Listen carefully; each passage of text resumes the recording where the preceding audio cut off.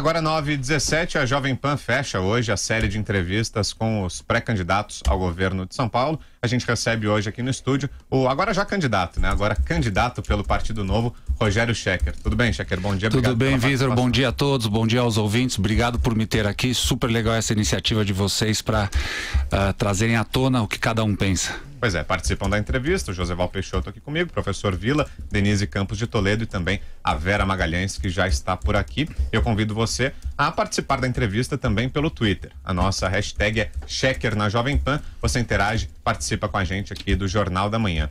Ô Schecker, você ganhou muita visibilidade na época do Vem Pra Rua, né? Você foi líder do Vem Pra Rua, que é um dos grupos que participaram dos protestos pelo impeachment da ex-presidente Dilma Rousseff. De alguma forma, essa sua candidatura se aproveita dessa visibilidade que você ganhou lá atrás? Não só se aproveita, porque não dá para negar, mas foi isso que me trouxe para onde eu estou, né, Vitor? Eu sou um paulista de 50 anos de idade e eu venho de uma família de pessoas simples e eu levei muito tempo na minha vida, na verdade 45 anos, sem ter nenhuma atuação política. E eu sou parte daqueles milhões de brasileiros que estava absolutamente indignado com o que estava acontecendo no Brasil, mas estava no sofá, reclamando e lamentando. Então, só depois de muito tempo é que eu percebi que a gente precisa fazer alguma coisa. Foi aos 46 anos de idade que eu resolvi conversar com amigos, montar um grupo para levar pessoas às ruas, para a gente se fazer percebido, para protestar, para demandar, para exigir. Isso acabou virando o movimento Vem Pra Rua e é isso que me trouxe para a política. Eu não fazia parte desse meio antes e hoje percebo a importância da gente tentar interferir nesse processo antes que eles acabem de destruir o Brasil e o estado de São Paulo. Schecker, bom dia. Outro dia até com Augusto Nunes aqui participando do Jornal da Manhã, nós estávamos comentando isso. Há sempre um desprezo pelo legislativo. As pessoas dizem o seguinte: algumas candidaturas como a sua teria dificuldade de viabilidade eleitoral. A pergunta, claro, é uma pergunta, não uma afirmação. Lógico. Não seria melhor você ser candidato a deputado federal, que você teria muito mais chance de ser eleito do que governador do estado, num estado em que o PSDB governa há um quarto de século, em que há outros candidatos fortes, como o Paulo Scaff, numa situação eleitoral, portanto, bastante problemática, sem tempo na TV, não seria melhor trocar o executivo estadual pelo legislativo federal? Perfeito, Vila, bom dia. Bom dia. É justamente por causa do PSDB ter governado o estado de São Paulo pelos últimos 24 anos e ter trazido o estado para a situação onde está, que eu decidi me candidatar ao governo do estado de São Paulo. É um absurdo a gente enxergar um partido que teve poder por 24 anos não ter conseguido levar o estado mais rico do Brasil para um outro nível. Vila, o meu objetivo não é apenas me eleger a alguma coisa. O meu objetivo é trazer impacto. Eu estou deixando de lado a minha vida é empreendedora, estou deixando de lado a minha empresa, em grande parte o tempo que eu tenho para as outras coisas. A minha vida estava equacionada e eu não vou entrar nessa para não trazer impacto. São Paulo tem oportunidades absolutamente incríveis de ir para um nível acima de muitos países desenvolvidos. O que fizeram com o PSDB é um absurdo. E eu, como paulista, não consigo assistir isso impassivo. Eu preciso atuar e tentar fazer alguma coisa. E acho que a gente ainda tem muita chance de vitória. Olha o que aconteceu. Hoje saiu uma pesquisa da XP, dizendo que, uma pesquisa para governador, dizendo que 90% dos entrevistados, se eles não são apresentados os nomes dos candidatos ao governo do estado de São Paulo, eles não sabem em quem votar ainda. Isso abre uma enorme possibilidade da gente, conhecido na campanha, ter sucesso. E como, deixa eu aproveitar, desculpa, Vera. Imagina, desculpa. Justamente isso, você vai ter, eu não sei, mas de cabeça deve ter alguns segundos. Você vai dizer bom dia, até amanhã, boa noite, até amanhã, alguma coisa do gênero tal. Deve usar as redes sociais, portanto, como outros candidatos o farão. O Bolsonaro na eleição presidencial, por exemplo, disse que fará isso. Vamos ver como que fará a Marina Silva também e tal. Como é que, de um lado, como é que você vai usar a comunicação com os eleitores? E segundo, o que difere a candidatura do Partido Novo do que já está aí? É a mesma coisa, são as mesmas propostas, com a segurança pública, a educação, porque a cada 2 anos as propostas são sempre as mesmas, né? São vocalizados por candidatos diferentes e tal. Mas o que difere? O que o novo é novo? É novo por quê? Essa é uma pergunta que inclusive o Alckmin fez aqui e a gente respondeu nas redes sociais, o que é ser novo. Vila, algumas das propostas elas realmente se repetem entre os candidatos, porque como os problemas se repetem, a solução que nunca é implementada tem que ficar voltando. O problema é a capacidade de implementá-la.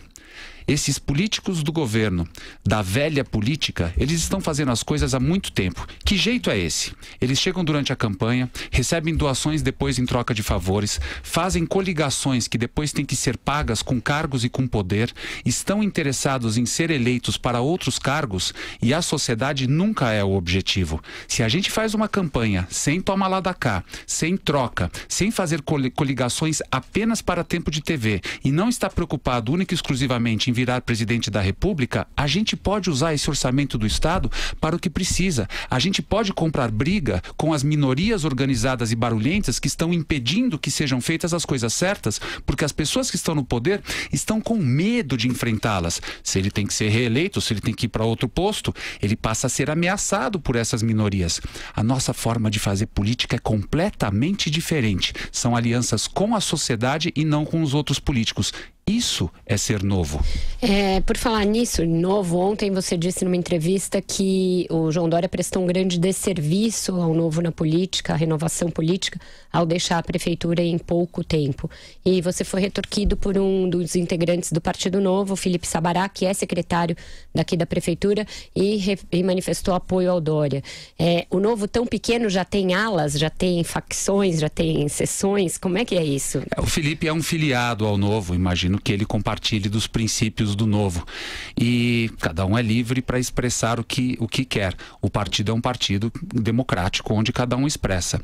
Eu acho interessante porque o Felipe me chamou de oportunista por criticar o Dória. E parece que não sou só eu. Nessa mesma pesquisa que saiu hoje, o Dória está com uma rejeição de 48%. O que ele fez não se faz com eleitores. Prometer ficar 4 anos no governo e sair depois de 1 ano e pouco, e nesse ano ficar viajando pelo Brasil por outros interesses, o povo não cai mais nessas armadilhas. Eu não posso, nem como cidadão e nem como candidato ao governo de São Paulo, ficar quieto diante de um absurdo desses. O Felipe que me desculpe. Agora, Rogério, qual seria a proposta diferente que o Novo tem a apresentar para o governo de São Paulo, que você criticou a participação, todo o governo do PSDB, a postura agora de João Dória por ter deixado a prefeitura? O que o Novo tem a oferecer ao eleitorado que você acredita que ainda possa virar esse processo, a gente estando tão perto da eleição?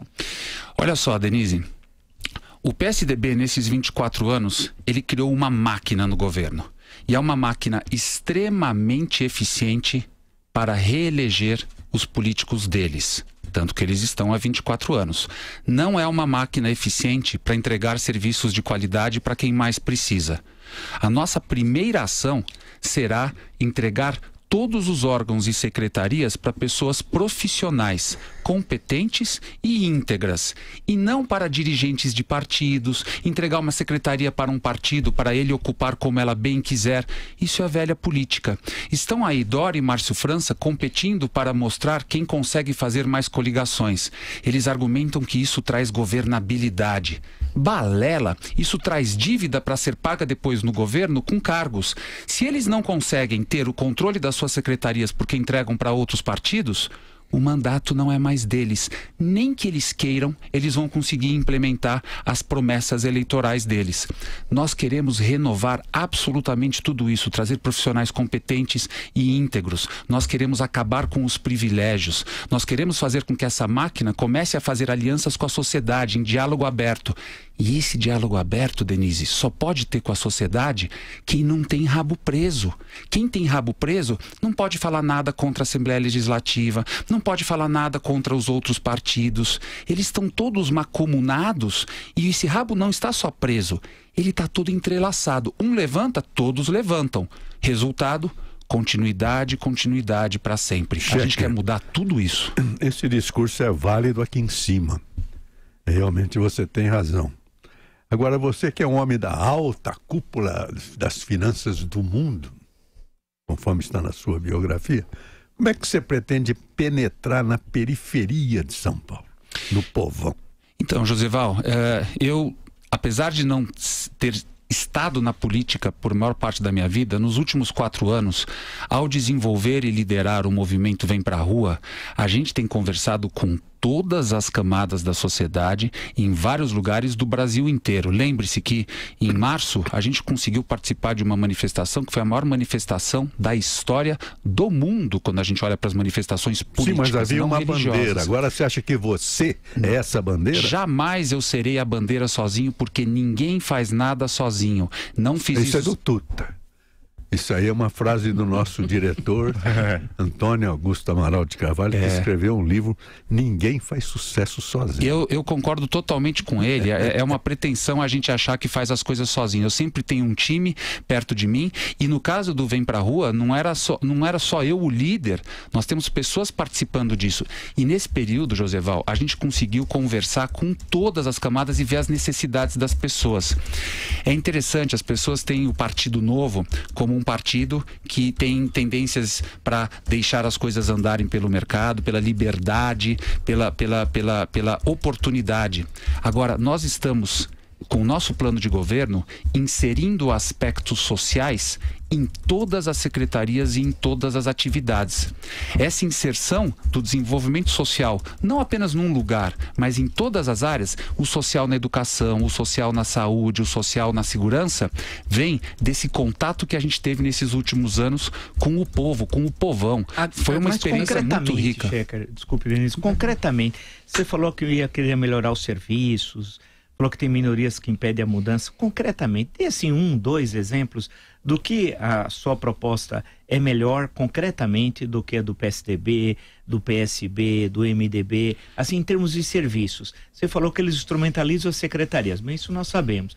Mas, e falamos disso todo dia, concretamente, o que difere a sua proposta em exemplos práticos? Como que você vai gerir, não sei, educação, saúde, segurança pública? Escolha uma área para eu dar algum exemplo prático. Segurança pública, que todo mundo fala. Que agora é moda. Você vai ter um vice também da PM? Também, que agora é moda. Eu não vou ter. O Márcio França disse também que é um vice da PM. Acho que a PM também, agora é moda, não, né? A minha vice é a Andréa Menezes, ela não é da PM, mas é uma pessoa absolutamente brilhante. E da segurança, concretamente, uma ideia que vai ser feita diferente do que nós já conhecemos. Então, o que nós estamos montando ao longo de todo o plano de governo, Vila, é montar parcerias.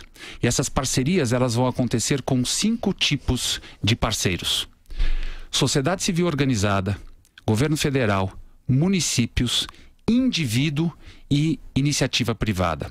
Por exemplo, na polícia militar, que você sabe bem, é quem combate o crime ostensivamente na cidade de São Paulo, no estado de São Paulo, no estado nós temos 90 mil policiais militares. Sabe quantos estão nas ruas? 35 mil. Os outros estão em atividades administrativas, bombeiros, shoppings e polícia ambiental. Nós estamos treinando os nossos policiais super bem treinados para depois colocarmos eles em funções burocráticas atrás de uma mesa que às vezes nem computador tem. Por que essas pessoas não vêm para a rua? A gente está criando Vem para a Rua para a polícia, porque a polícia precisa vir para a rua. Se desses 35 mil, 10 mil vêm para a rua, a gente já aumenta em 1/3 essa força policial. Isso você requeriria uma contratação, provavelmente de iniciativa privada, para essas atividades burocráticas. Esse é um exemplo de parceria com a iniciativa privada. Por exemplo, na educação, nós precisamos fazer com que as escolas façam parcerias com a comunidade, com as pessoas que estão dispostas a ajudar, por exemplo, as crianças e os jovens, para completar a formação em período integral, que já está absolutamente comprovado que é mais eficiente. Das 5.400 escolas do estado hoje, Vila, apenas 300 têm período integral. E esse é um programa caro. Poucas pessoas citam o custo dos compromissos e das promessas. Esse é um programa caro. Enquanto a gente não consegue trazer esses recursos da corrupção, da diminuição da máquina do Estado, a gente consegue fazer parcerias com empresas e com organizações sociais para estender esse período que as crianças ficam na escola em atividades de esporte, em atividades culturais, em atividades de música, enquanto os pais podem ficar trabalhando. Repara que se a gente não vai aumentar impostos, e não vai aumentar impostos porque eles já são altos demais, a gente precisa fazer mais com o mesmo dinheiro. Você só consegue fazer isso de 2 jeitos. 1, acabando com o privilégio, diminuindo a máquina, tendo menos cargos. E 2, fazendo parcerias. Essas parcerias é uma grande diferença que nenhum outro governo tem feito até agora. Agora, eu já estava querendo te perguntar que você é contra as alianças para se garantir mais espaço na TV e tal, mas a gente tem um sistema político no Brasil que a gente tem a comprovação de que ele acaba barrando o avanço de quem não faz esse tipo de negociação quando chega no Congresso, isso no âmbito federal, na Assembleia, quando você pega em São Paulo. Um partido novo, que não tem uma base de apoio consistente. Como é que avança? Você falou de muitas coisas administrativas, mas alguns projetos teriam de ter essa aprovação. Absolutamente. Aí como negociar? Perfeito. Como negociar? Como mudar os termos da negociação política, que eu acho que essa é a grande chave para você ter alguma coisa diferente mesmo da política. Excelente pergunta, Denise. Vamos lá. Como é feito hoje? Vocês têm as coligações e eles argumentam que essas coligações vão trazer governabilidade depois. Nós temos tido governabilidade? Os presidentes e governadores do estado de São Paulo têm conseguido implementar o que realmente precisa? De jeito nenhum. A dinâmica do que tem acontecido é que eles compram um tempo no início do mandato onde o legislativo os apoia. Depois de 6 meses, para cada negociação, para cada medida, para cada reforma, eles tornam o executivo refém de novo e exigem novos pagamentos, novas emendas, novos favores, novos cargos. Você vai excluir os parlamentares? De forma nenhuma, Joseval. Política? Nós vamos conversar com cada um. Você está dizendo que vai excluir? Não, eu não falei que eu vou excluir. Desculpa. É o que eu estou entendendo. Não, mas você entendeu errado. Olha só, temos 94 deputados estaduais. O meu plano para governabilidade, Denise e Joseval, é o seguinte: primeira coisa, durante a campanha, você precisa deixar claro para o eleitor quais são as medidas que exigem de aprovação legislativa. Senão você já está faltando com transparência ao eleitor. Ninguém faz isso.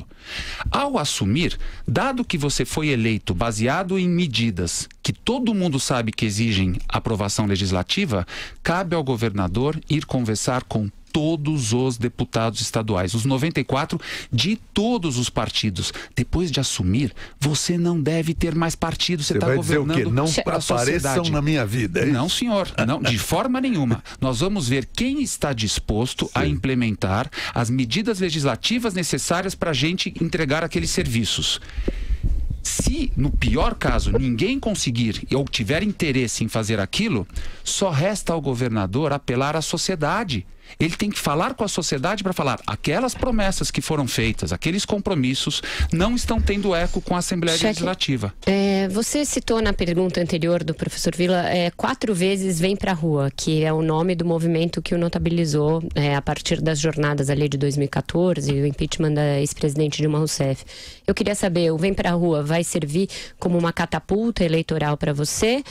Você se desligou totalmente do movimento e que peso essa participação no Vem Pra Rua vai ter na sua campanha? Eu saí completamente do Vem Pra Rua no dia 5 de dezembro do ano passado, quando eu passei a ter a intenção de me candidatar ao governo do estado de São Paulo.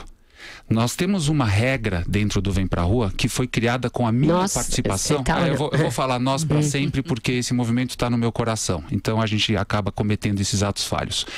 Nós, lá atrás, criamos uma regra, e eu fui um dos coautores dessa regra, de que quem parte para uma eleição pública se desliga do movimento justamente para não usar o movimento para se lançar. O Vem Pra Rua não vai fazer propaganda política para mim, não vai lançar meu nome, como não fez em 2016 para as pessoas que saíram do movimento. Esse é o acordo. Eu estou totalmente fora do movimento, não participei de uma reunião desde dezembro, e é assim que vai ser. Mas vai usar como slogan, como você fez Eu aqui? não vou apagar da minha história tudo que eu fiz no Vem Pra Rua, porque eu tenho muito orgulho disso. Se vai estar no slogan ou não, a gente vai ver. Eu posso fazer uma questão? Eu continuo achando vaga algumas propostas, sem ser chato, e sendo, né? Por exemplo, a questão da segurança. Vários falam isso. Tem muito policial militar. A melhor PM do Brasil é de São Paulo, inegavelmente. Eu acho, pelo que eu acompanho aí pelo Brasil e tal. Tem muito PM em atividades burocráticas. Você reafirmou isso. Então é colocá-los na rua. Bem, tinha um candidato em 1986... que hoje tem problemas graves com a justiça, que dizia assim, que ia colocar a rota na rua, etc. Gente boa na rua é bandida na cadeia, e aí passava com uma jaula. É um criminoso chamado Paulo Salim Maluf. Bem, eu quero saber concretamente, se basta colocar mais 10 mil policiais não que resolve... Porque essa é uma questão. Por exemplo, eu não posso andar com o celular na Avenida Paulista. Vamos lá. Né? Eu queria um dia poder, como em qualquer lugar civilizado, poder poder ao menos andar tranquilo, não olhar para quem está atrás, do lado, tal. E essa é uma questão chave. Melhorou, os índices melhoraram aqui em São Paulo. Isso é inegável, não pode brigar com a matemática. Mas são muito longe de um país civilizado. Nós estamos ainda, o Brasil é o extremo ocidente, é muito longe da civilização, né? Então, como é que fica concretamente essa questão da política de segurança pública? Vamos lá, Vila, é que eu falei apenas um dos aspectos da segurança. Mais importante do que esse aspecto de colocar na rua, que era um exemplo de parceria, sim, nós temos um total sucateamento da Polícia Civil. E isso outros candidatos estão falando, só que a gente não pode ocultar a realidade. A Polícia Civil, para quem não sabe, é responsável pelo trabalho de investigação de crimes. É uma polícia que está com menos gente do que deveria. Pessoas da própria polícia falam que tem 10 mil policiais civis a menos do que deveria. Ela está mal treinada, mal equipada, mal remunerada, desvalorizada. Enquanto a gente não investir, e daqui a pouco a gente tem que falar de onde a gente pega o dinheiro. Isso que eu ia perguntar. É isso, eu chego lá de novo. Eu já mencionei e menciono de novo. Enquanto a gente não investir mais na Polícia Civil, trazer tecnologias que funcionaram em outros lugares do mundo, sistemas de rastreamento, sistemas de monitoração, e começar a acompanhar o crime organizado, investigar de onde vêm esses crimes, quem está organizado e atuar na prevenção desses crimes, a Polícia Militar vai ficar enxugando o gelo do outro lado. O que acontece hoje é que apenas 10% dos homicídios têm o culpado identificado, não preso, identificado para começar a ser julgado. Depois a gente entra em todos os problemas que a gente já conhece. 1% dos furtos é identificado. Não tem inteligência na nossa polícia hoje. Agora, isso, outros candidatos também vão dizer, e eu não tenho vergonha de falar a mesma coisa, porque é um problema real. O ponto é de onde você vai tirar dinheiro para colocar, para contratar 10 mil, treinar 10 mil novos policiais civis e valorizar essa polícia. E a única forma de fazer isso é deixar de desviar o dinheiro político, diminuir máquina, acabar com privilégios, acabar com essa lambança que virou o Estado de São Paulo. Vila, o governo do Estado de São Paulo tem mais de 1 milhão de funcionários. Só metade trabalha, o resto é inativo e pensionista. A gente criou uma máquina absolutamente gigantesca. Tem 87 órgãos e entidades hoje que se reportam diretamente ao governador do estado. Será que ele sabe o nome de todos eles? Eles criaram uma máquina eleitoral e não uma máquina de serviços. Essa máquina é cara. Essa máquina permite que exista corrupção. É daí que a gente vai tirar o dinheiro junto com aquelas parcerias que eu mencionei. Checker, por falar em corrupção, tem várias denúncias aí de corrupção em obras do Rodoanel e outras da Dersa, também no metrô, envolvendo os governos do PSDB aqui em São Paulo. Queria saber se você pretende fazer algum tipo de auditoria, algum tipo de investigação sobre isso e que providências vai tomar a respeito. Então, Vera, ao contrário do governo Temer, que quando assumiu teve uma enorme chance, e vários de nós falamos isso, de chegar lá e mostrar tudo de errado que tinha sido feito, nós vamos chegar lá e promover ao máximo todas as investigações e todas as auditorias necessárias. É um absurdo o que aconteceu com o metrô do estado de São Paulo. Nós temos 5 ex-presidentes do metrô investigados em denúncias de maltrato da coisa pública. Fora isso, a qualidade e a quantidade do que foi feito no metrô é um absurdo. A linha 4, Vera, para você ter uma ideia, que essa linha nova que eles estão desenvolvendo, a linha amarela, sabia que o custo operacional dela é 50% das outras linhas, que são as linhas públicas, que foi o governo que tratou dela sozinho? É tudo mais eficiente. O trem dessa linha amarela, ele para com uma diferença de 1 centímetro. Os trens que foram feitos pelo público param com 1,5 metro. Com isso você não consegue ter aquela parede de proteção que nós temos hoje nessa linha. Por que tudo isso? Porque é má administração. Você vai privatizar? Nós não vamos privatizar o metrô como um todo, mas vamos privatizar todas as novas obras, melhorando as licitações, aprendendo com as licitações antigas. Existe um plano que nós estamos investigando os detalhes e queremos adotar de fazer 100 quilômetros em 10 anos.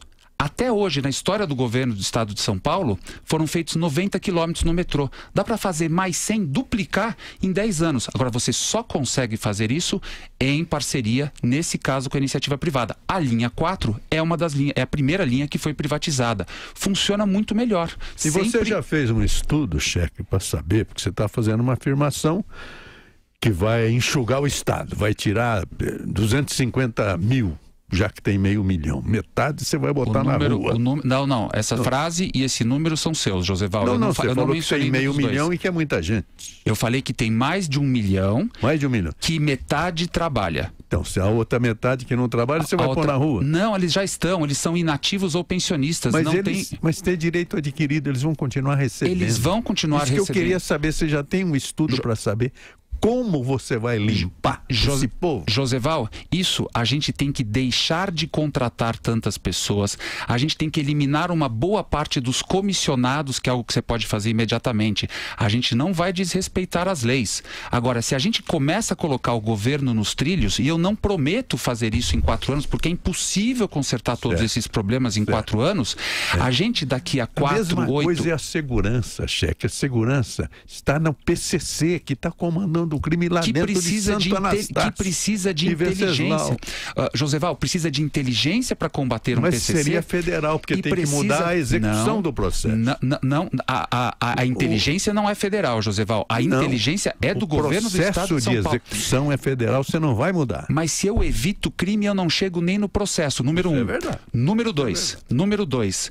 O que está acontecendo nesses presídios estaduais, onde esses criminosos dessas facções estão controlando a facção ainda com celular, só acontece em presídios que ainda são do Estado. Porque em presídios que já foram privatizados, e nós temos um excelente caso em Ribeirão das Neves, em Minas Gerais, que é o primeiro caso, não tem um celular que funciona lá de dentro. É o privado que controla, totalmente monitorado pelo Estado. É esse o caminho, Joseval. O governo não sabe administrar direito as coisas. Professor Vila. Vamos lá. Schecker, você deu o exemplo da linha amarela do metrô, como a privatização é mais eficiente do que o Estado. Bem, pode ser. Vou perguntar das estradas do Estado de São Paulo. As estradas do Estado de São Paulo têm pedágios caríssimos. O pessoal diz assim, poxa, e foram privatizados. Foram entregues de bandeja. Valeria a pena passar um pente fino naquilo, que deve ter escândalo, que deve ter gente roubado o meu, o seu, o nosso dinheiro e tal. Então é um péssimo exemplo de privatização são as estradas. Mas elas são boas. Mas cobram preços escorchantes, absurdos, tal, criminosos até. E ninguém tem coragem. Eu me lembro das últimas campanhas, desde 2002, teve segundo turno em 2002, era Alckmin genuíno, pegou um caminhão e foi percorrendo uma longa estrada, mostrando quantos pedágios tinha. O Genuíno naquele momento era o candidato da moralização. Bem, o que eu queria saber é o seguinte, e aí? As estradas são um péssimo exemplo. Então a privatização parece ser a solução mágica, mas nem sempre o é. O exemplo, claro, são as estradas. Como é que enfrenta essa questão do lobby dos pedágios? Aí vão dizer que tem segurança jurídica. Os caras fazem um contrato criminoso contra o povo brasileiro, contra o povo paulista, e diz que é segurança jurídica. Isso é coisa de bandido, né? Como é que você vai enfrentar essa questão das estradas de rodagem? Vamos lá, Vila, esse é um ponto importante. O que aconteceu com as estradas é que elas estavam num estado absolutamente péssimo, porque nunca foram bem cuidadas. Quando uma concessão é feita, a concessionária, ela tem algumas coisas que ela tem que fazer. Uma das coisas é consertar asfalto, fazer duplicação e fazer umas obras das áreas de serviço. Essas são as despesas mais altas em todo um contrato de concessão. Como as estradas estavam num estado de penúria, essas obras iniciais eram caras e o pedágio acabou sendo alto. Só que essas concessões têm um período. E o período dessas concessões ou já acabou para algumas, ou está prestes a acabar. O próximo governo do Estado de São Paulo vai ter várias dessas concessões que devem acabar nesse período. Dado que no próximo período você não precisa mais duplicar, você não precisa melhorar, porque a qualidade realmente melhorou muito das estradas, apesar desse preço, o que deveria acontecer agora, na renovação da concessão, é que esses pedágios deveriam despencar. Só que o que está acontecendo, para variar na política, tudo acontece do jeito que não deveria, é que algumas dessas concessionárias estão fazendo acordos com os governos que estão aceitando, de que elas fazem uma obra adicional, fazem um trevo aqui, fazem uma obra adicional para o governo e prorrogam esse período da concessão e prorrogam o tempo que a população tem que ficar pagando esses pedágios exorbitantes. Quem aprova é a Assembleia? quem aprova é a Assembleia, logicamente, e a gente sabe como funcionam as coisas, e o que acontece é que isso, entre eles, funciona. É bom para a concessionária e é bom para o governo. É ruim para quem? Para a sociedade. Essa é a política velha que faz aliança sempre com os políticos e com quem interessa e não com a sociedade. Temos que ficar de olho para que quando essas concessões acabarem, elas não serem renovadas. Novas concessões vão despencar o preço dos pedágios. Você já pensou algo sobre hidrovia e ferrovia? Totalmente. Estamos em contato com especialistas. O que acontece é que, Joseval, a gente precisa de ferrovia não só para carga como para pessoas. Certo. Todo dia entram em São Paulo 1.800.000 carros. Se a gente não montar uma malha sobre trilhos, ligando as regiões metropolitanas de São Paulo, então São Paulo com o Vale do Paraíba, São Paulo com Americana e Campinas, São Paulo com Sorocaba, São Paulo com a Baixada, a gente não vai conseguir diminuir esse absurdo que é São Paulo, que é o trânsito.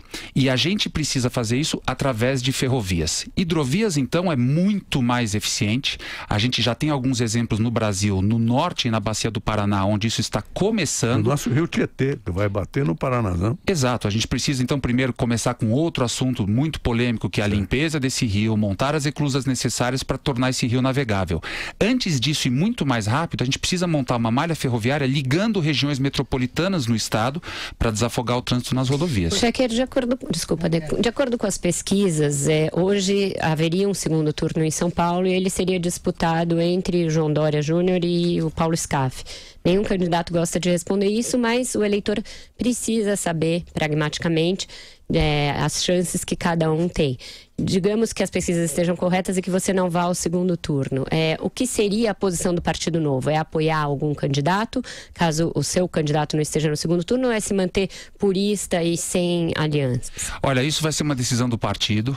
Eu sei que você mencionou isso na pergunta, mas eu não posso deixar de mencionar que no nosso cenário nós estaremos no segundo turno para governador do estado de São Paulo. E o problema é que eu tenho problemas com a candidatura dos dois, porque os dois estão aliados com o governo do presidente Temer e com o PMDB. A maior parte das pessoas enxerga o Scaff como um aliado do Michel Temer, e é verdade, do PMDB, mas Dória também é. É interessante, Vera, se você der uma busca na internet e escrever assim, Dória Temer, veja as notícias de como que o Dória está fazendo todo o planejamento de campanha com o próprio Temer, com o Aécio. É muito interessante. Mas você apoiou o Aécio em 2014 e apoiou o impeachment, então, portanto, apoiou que o Temer assumisse. Não, eu concordo com metade só da sua afirmação. Eu apoiei o Aécio em 2014 contra a Dilma. Jamais gastaria um minuto apoiando ele de qualquer forma depois de tudo que veio à tona. E depois de tudo que veio à tona, o PSDB já sabe disso e não teve a coragem e a decência de expulsá-lo do partido. Com relação ao Temer, eu não votei no Temer. Eu exigi um processo constitucional onde sairia a presidente porque cometeu crime e entraria o vice-presidente, não importa quem seja. Não fui eu que escolhi o Temer. Não, mas você apoiou o impeachment, alguém tem que assumir, né? Vera, nós somos da posição que nós não podemos escolher se a gente faz um impeachment ou não contra uma criminosa só porque o vice-presidente é ruim. A gente tem que seguir a Constituição, assuma quem for na vice-presidência, não importa quem seja, esse é o processo constitucional. O dia, só para terminar, Denise, o dia que a gente decidir ou não fazer um impeachment contra crime por causa da qualidade do vice-presidente, eu acho que a gente vai estar em apuros na democracia. Não é isso que eu estou dizendo. Eu estou dizendo que a partir do momento que alguém assume, quem apoiou o impeachment, num primeiro momento ao menos, deve achar que aquele governo vai ser melhor do que o que saiu, certo? De forma nenhuma. Nós não queremos ter uma criminosa no poder e tem que assumir a vice-presidência, e nós temos que monitorar da mesma forma. E nós fomos o único movimento lá atrás, no Vem Pra Rua, que apoiou o afastamento do presidente Temer. Entra o vice e a gente monitora o vice da mesma forma que monitorava originalmente. Essa foi a nossa atitude. Agora, já para o eleitor conseguir entender qual a tua posição ideológica, porque você fez críticas a vários candidatos e você surgiu com Vem Pra Rua, defendendo o impeachment da ex-presidente Dilma. Agora, qual a sua posição ideológica? Em que sentido? É muito amplo isso, né, Denise? O senhor é um liberal ou é comunista? Então eu sou direita ou esquerda, e eu sou absolutamente contra usar a régua de direita e esquerda, porque essas duas extremos da régua estão se encontrando lá atrás, principalmente para se apoiarem e se defenderem da Lava Jato. É impressionante como o PSDB, PMDB e PT estão se unindo para se proteger da Lava Jato, nunca estiveram tão juntos. Deixa eu dividir com você, Denise, alguns algumas das nossas crenças e princípios. Nós queremos liberdade para o indivíduo e nós queremos menos interferência do governo nos negócios. O governo não pode atrapalhar tanto negócios como atrapalha hoje. Ele atrapalha cobrando imposto muito alto, ele atrapalha com uma legislação trabalhista que impede os empresários de contratarem mais por causa de riscos, e ele está o tempo inteiro usando a máquina para si mesmo. A nossa principal bandeira é acabar com essa velha política que usa dinheiro e cargos para si mesmo e para se perpetuar no poder. Enquanto eles continuarem gerando isso e privilégios para si mesmos, essa é a primeira coisa que tem que ser combatida, antes inclusive de outros princípios liberais que têm que ser implementados ao longo do tempo e que levam mais tempo. Agora, chamam a gente de liberal, e nós somos, mas usam às vezes um conceito de liberalismo que esquece o social, Denise. E isso nós não vamos cair nessa armadilha. Eu sou da opinião de que nós precisamos ter uma ponte nesse liberalismo para ajudar as pessoas e apoiar as pessoas que mais precisam. São elas que estão pagando os impostos e o custo no dia a dia que estão sofrendo por causa dessa velha política. Nós precisamos de uma ponte social até nós podermos chegar em práticas que são mais corriqueiras do chamado liberalismo. Só uma questão rápida, a questão da saúde. Se fala-se menos Estado, mas saúde no Brasil precisa de Estado. Sem Estado, não há saúde. Sem dúvida. E aí, como é que fica? Dois pontos. Em primeiro lugar, apesar do Estado ter que ser o governo quem administra a saúde, Vila, nós precisamos fazer de novo parcerias com organizações sociais e com empresas para que ela ajude na administração dessa saúde. Isto já está sendo feito no governo do Estado de São Paulo. Não é tudo que foi feito no Estado de São Paulo que é ruim. Tem coisas boas que nós vamos preservar. Essa é uma delas. Essas alianças com organizações sociais, ela funciona bem em vários casos, não todos. Nós precisamos ampliar isso, porque, de novo, a gente precisa fazer mais com o mesmo dinheiro. Para ampliar, a gente precisa trazer grandes hospitais, Einstein, Sírio-Libanês, para continuar a crescer o número de postos de saúde, postos de atendimento, para atender a sociedade. Fora isso, Vila, a gente precisa trazer a saúde para um outro nível de tecnologia. É um absurdo que hoje o usuário do sistema não possa marcar uma consulta no seu celular ou no celular de um amigo. Tudo é feito de forma manual, as pessoas estão morrendo em filas enquanto tem um pouco de ociosidade de leitos e médicos. Enquanto a gente não modernizar esse sistema, a gente não vai conseguir melhorar a saúde para quem realmente precisa do sistema de saúde, que é um pessoal que está em apuros hoje, né? Ô, Schecker, para fechar, falando de educação, a gente tem menos de um minuto, vou pedir que você seja breve na resposta. Déficit de vaga nas creches. Muitas mães hoje nem trabalham porque não tem onde deixar os filhos. É um problema na maior parte das vezes municipal, mas enquanto governador, o que é que daria para fazer? O que dá para fazer é um pouco do que eu mencionei antes, Vitor, que é o seguinte: se a gente estende o período que as crianças ficam nas escolas estaduais, a gente faz com que essas mães dependam menos das creches. Ao depender menos das creches, elas vão poder ficar mais tranquilas que os seus filhos estão não apenas ocupados, mas ocupados com coisas que desenvolvem a criança. Música, artes, esporte. Esse é um programa que não é tão caro quanto estender toda a formação integral e que já pode ser feito imediatamente para aliviar essas mães que precisam trabalhar o dia inteiro. Muito bem, muito boa entrevista. Agora vou apresentá-lo ao povo de São Paulo. Quem é você? Quantos anos você tem? Eu tenho 50 anos de idade, sou paulista. Sua formação? Eu sou formado em Engenharia de Produção pela Poli da USP. Poli, E no plano internacional, o senhor esteve mesmo, eu brinquei aqui, mas o senhor esteve no Deutsche Bank. Eu estive não só no Deutsche Bank, mas eu estive empreendendo no exterior por 15 anos e eu alocava investimentos em 33 países emergentes, que são países parecidos com o Brasil. Eu analisava esses países para ver o que funciona lá melhor e pior em termos de política pública, em termos macroeconômicos. Eu passei 18 anos da minha vida fazendo isso. Casado? Eu sou separado, tenho uma família, 2 filhos. 2 filhos. Que idade? Eles têm 12 e 11. E tenho pais idosos. Tenho um pai de 92 e uma mãe de 86. Eu tenho toda uma família para tomar conta. Esse é Rogério Schecker, que esteve aqui conosco. Bom dia. Muito obrigado pela sua presença. Obrigado, Joseval. Obrigado a todos pela oportunidade. Estamos diante de uma chance incrível de melhorar o governo do Estado de São Paulo. Obrigado pela oportunidade, gente. Ponto final no Jornal da Manhã. Bom dia, São Paulo. Bom dia, Brasil.